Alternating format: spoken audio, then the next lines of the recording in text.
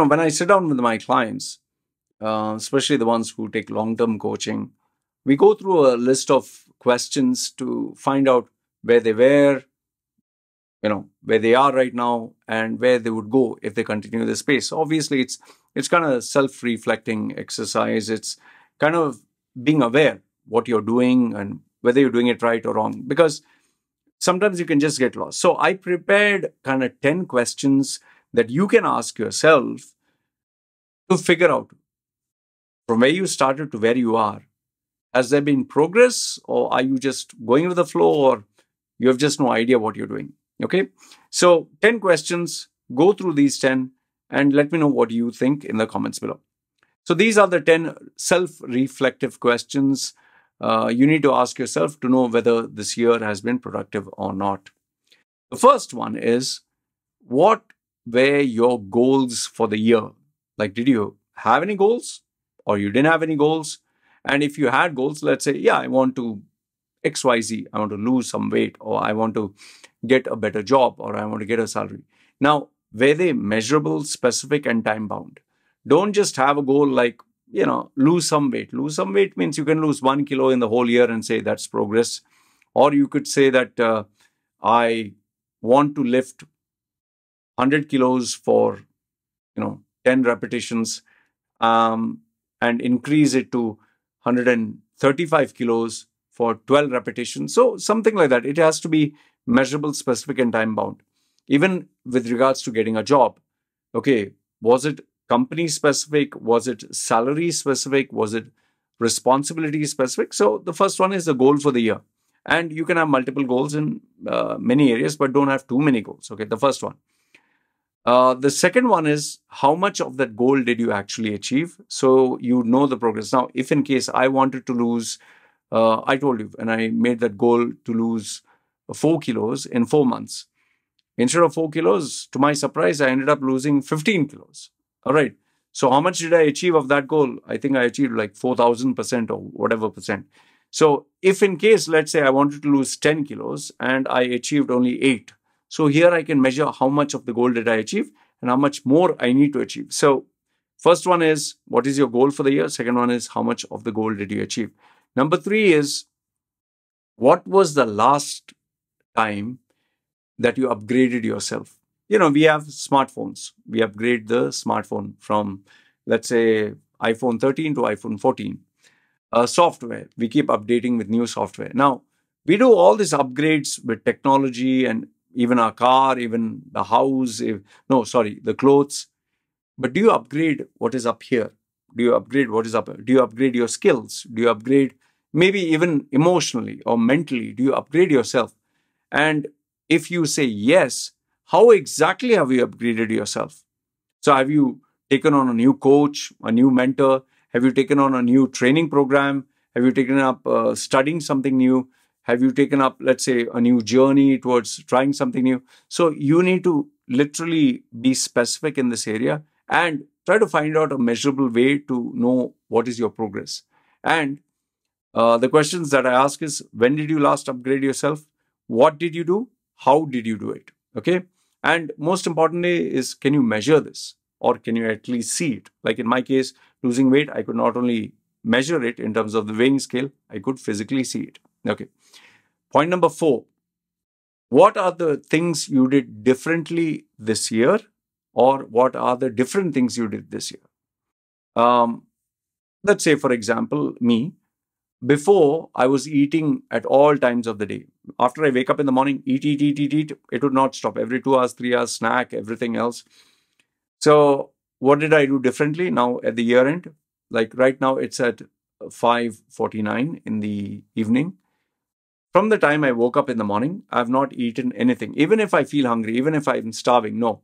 I will practice intermittent fasting. So this is one very important thing that I've done differently. And how did it benefit me? Losing weight, being healthy, self-discipline, more focus. I've not had my sugar drop down. I've not had panic, the attacks when I think you call it hypoglycemia, where sugar just crashes and you're sweating and shivering. I didn't have that. So progress. So what have you done differently this year? In fact, sometimes it can even be the setup. Before I was sitting this way, then I shifted to sitting the other way. Now I'm seated this way. Videos. I used to make videos walking out in the sun. Now I do videos sitting at home. So you need to always keep trying different things. And when you try different things, you will see different results. It can be whether where you sleep, it can be what you eat, it can be who you interact with. Okay.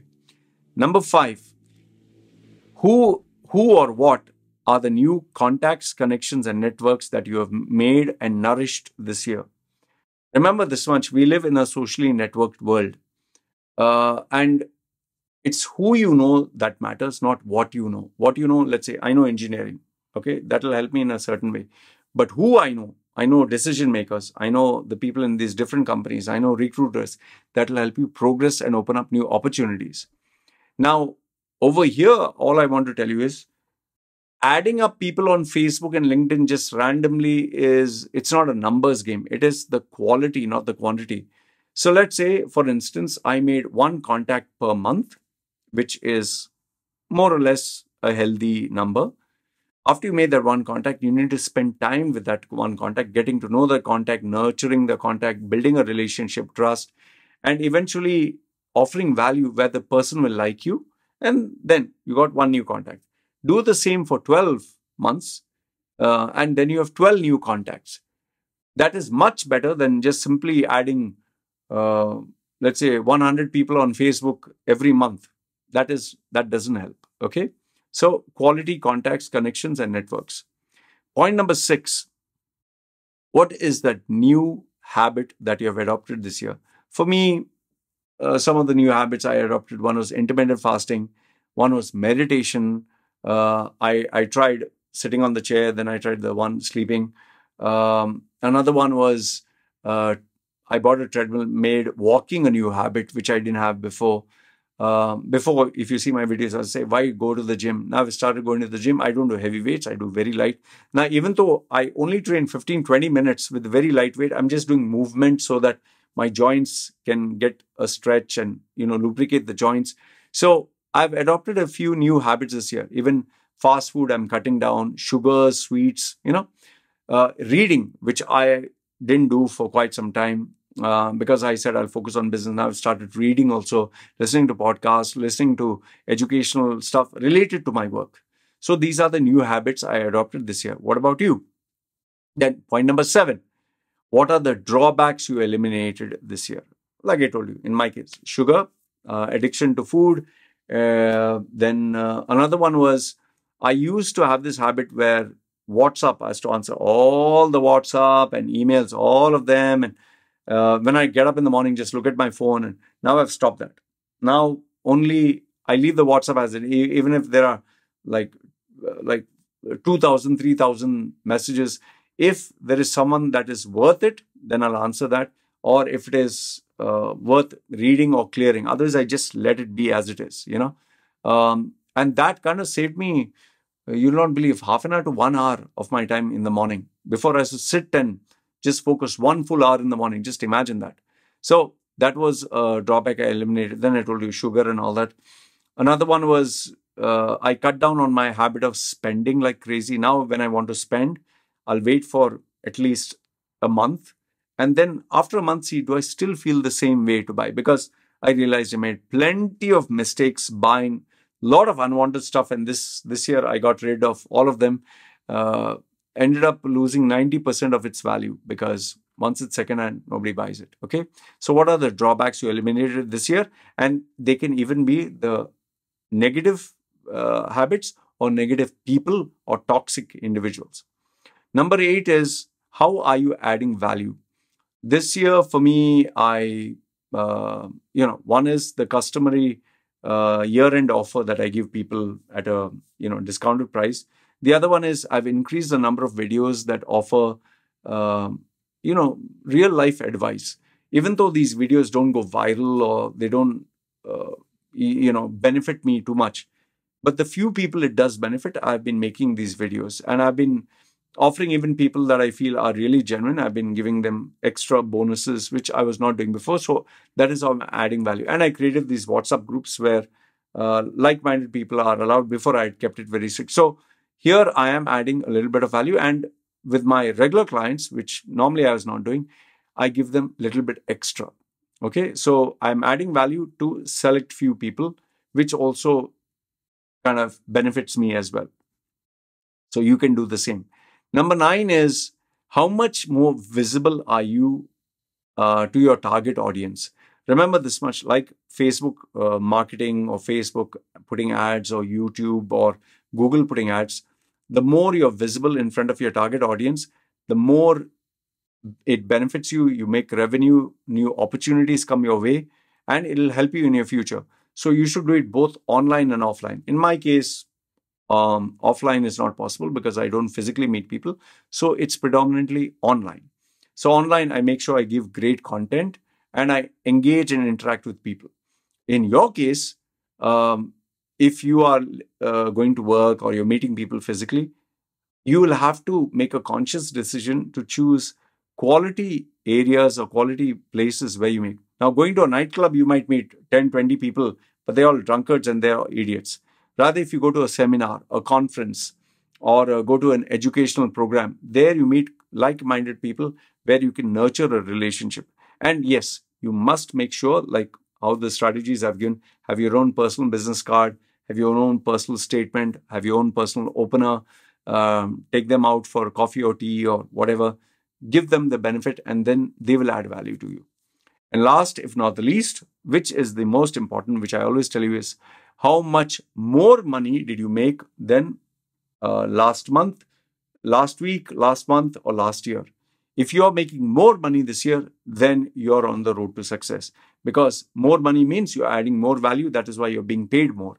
And remember, in a day and age of inflation, expenses going high, you must earn more money. And like I've always told you, you'll only earn money if you invest in yourself. You first invest in yourself, then you'll get more money. So, and not just make more money, save more money. Like if I were to summarize the last point, remember this one. If today I'm able to earn money online, I'm able to make money through my clients, my customers, it's because I've put millions over the years.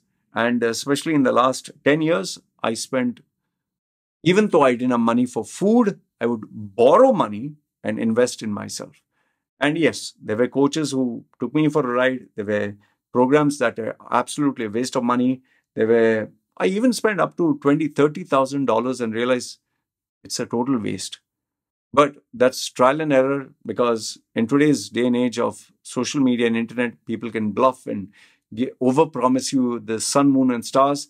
But in the end, you'll realize he's promised you how to be rich.